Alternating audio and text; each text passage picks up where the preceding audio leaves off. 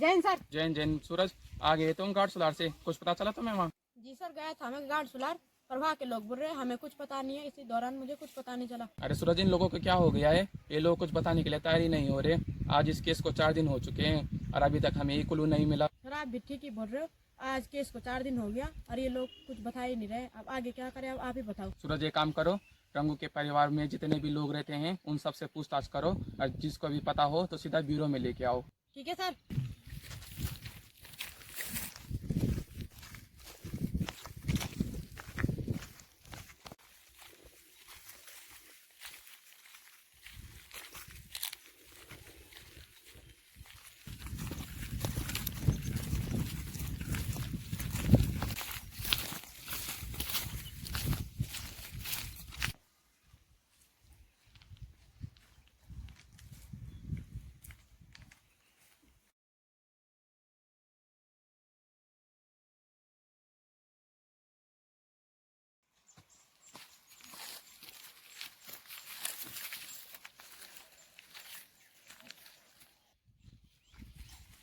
सूरज तुम गए थे रंगू के परिवार वालों से पूछताछ करने, तो कुछ पता चला तुम्हें?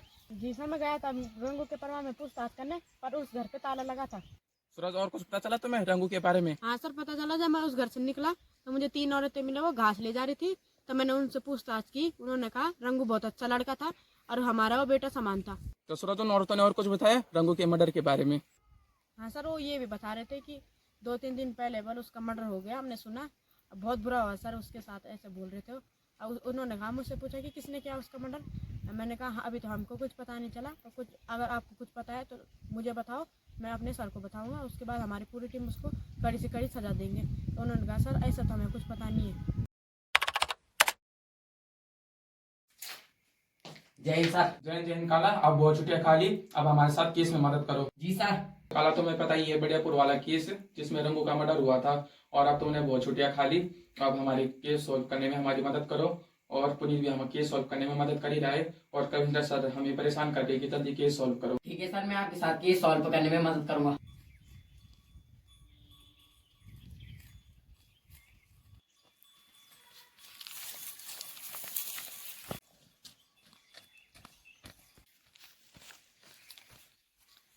हाँ काला, कुछ पता चला? हाँ सर, कुछ पता चला। बोलो काला, क्या पता चला तुम्हें? सर मैं जब छानबीन करने जा रखा था तो मुझे एक लड़का एक लड़की मिली। तो उन्होंने क्या बताया काला?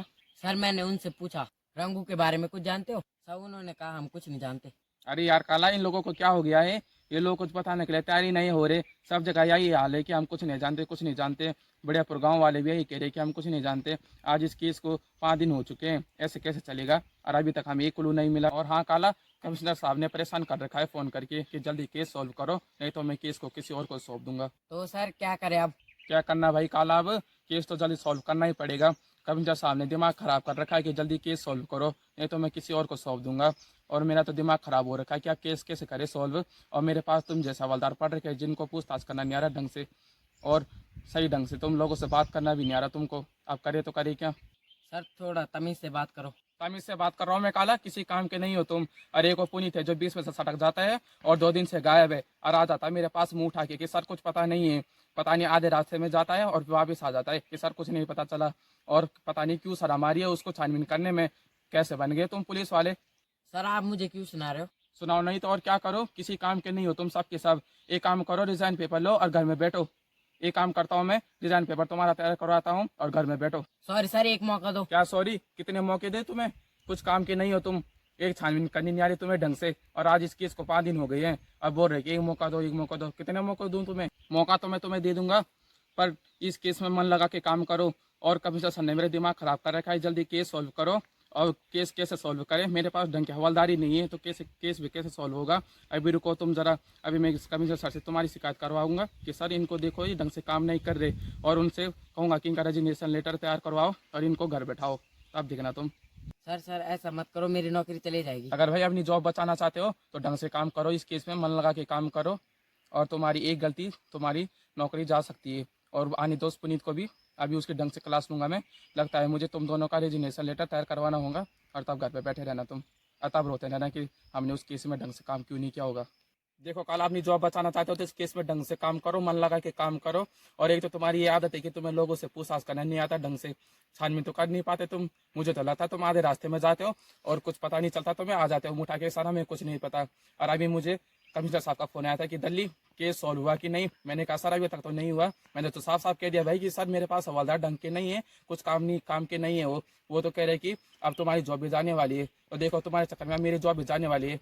भाई मैं तो अपनी जॉब जाने नहीं दूंगा, मैं तो तुम्हारी जॉब खा दूंगा कि सर मेरे पास तो ढंग के हवलदार नहीं है, मैं कैसे सॉल्व करूंगा। मैं हमें तक अभी तक एक क्लू नहीं मिला। मैं तो कह दूंगा सर किसी और को केस सौंप दो, मैं तो किसी और में केस में काम कर लूंगा भाई। मैं तो तुम्हारी जॉब चली जाएगी, मैं तो अपनी जॉब बताना चाहता हूँ भाई। और हाँ काला, जब तुम जाओगे तो तुम्हें फ्रीज मिलेगा, तो उसे कहना है कि डिपार्टमेंट टाइम से ज्वाइन करो और दिल्ली सर से बात करना। और उसे ये बता देना कि तुमने अपने 2 दिन से शक्ल नहीं दिखाई और शक्ल दिखा के जाना। और इसे कहना है कि तुम्हारी जॉब जाने वाली है। दिल्ली सर ने कमिश्नर साहब से शिकायत कर दी है कि सर ये ढंग से काम नहीं कर रहे, केस में मन लगा के काम नहीं कर रहे, आधे रास्ते तक जा रहे हैं और कुछ काम के नहीं है ये। और आके बता रहे हैं कि सर हमें कुछ नहीं पता चला, वो कुछ नहीं बता रहे। तो उसे बता देना मेरी तरफ से। अरे तुम सच्चा तो सूरज ये है, कम से कम कुछ ना कुछ तो सबूत लाता हो और हमें सब मेरे पास ही रहता है कि सर कहाँ जाना है, क्या करना है, क्या काम करना है, तो मैं उसे बताता हूँ। तो एक दिन मैंने उसे भेजा था बड़ेपुर गांव के आसपास की दुकानों में, मैंने उसे पूछताछ करने भेजा था। तो कुछ ना कुछ तो सबूत लाया हो। शर्म करो शर्म, तुम्हारा जूनियर है वो, तुमसे अच्छा है वो। जो बीच में तुमने अधूरा काम नहीं छोड़ा था वो मैंने सूरज को सौंपा है और मैंने उसे अहमपुर गाँव भेजा है छानबीन करने। और देखना वहाँ से कुछ ना कुछ सबूत जरूर लाएगा। अगर वो सबूत ले आएगा तो देखना तुम्हारी जॉब तो गई और अगला ACP वही बनेगा। देखो काला, हमारे पास जितने भी केसेस आए उन केसेस में सूरज ने बहुत अच्छा काम किया और देखना अगला ACP वही बनेगा। मैं तुम्हें निकालूं ना निकालूं, वो तुम्हें जरूर निकाल देगा। तब है ना घर पे बैठे हुए आग सीखते रहना, तब वैसे भी ठंडियों का टाइम है और वैसे भी मेरे 1 साल रह गया है, मेरा रिटायरमेंट जल्दी आने वाला है। मेरे तो भाई घर पे पेंशन आती रहेगी, मैं तो खाता ही रहूँगा और तुम्हारा जो होगा वो मैं नहीं जानता। देखो काला, अगर अपनी नौकरी बचाना चाहते हो तो ढंग से काम करो और जो कुछ पता चलता है सीधे मेरे को आके बताओ। और अगर ACP बनना चाहते हो तो सूरज से अच्छा काम करो।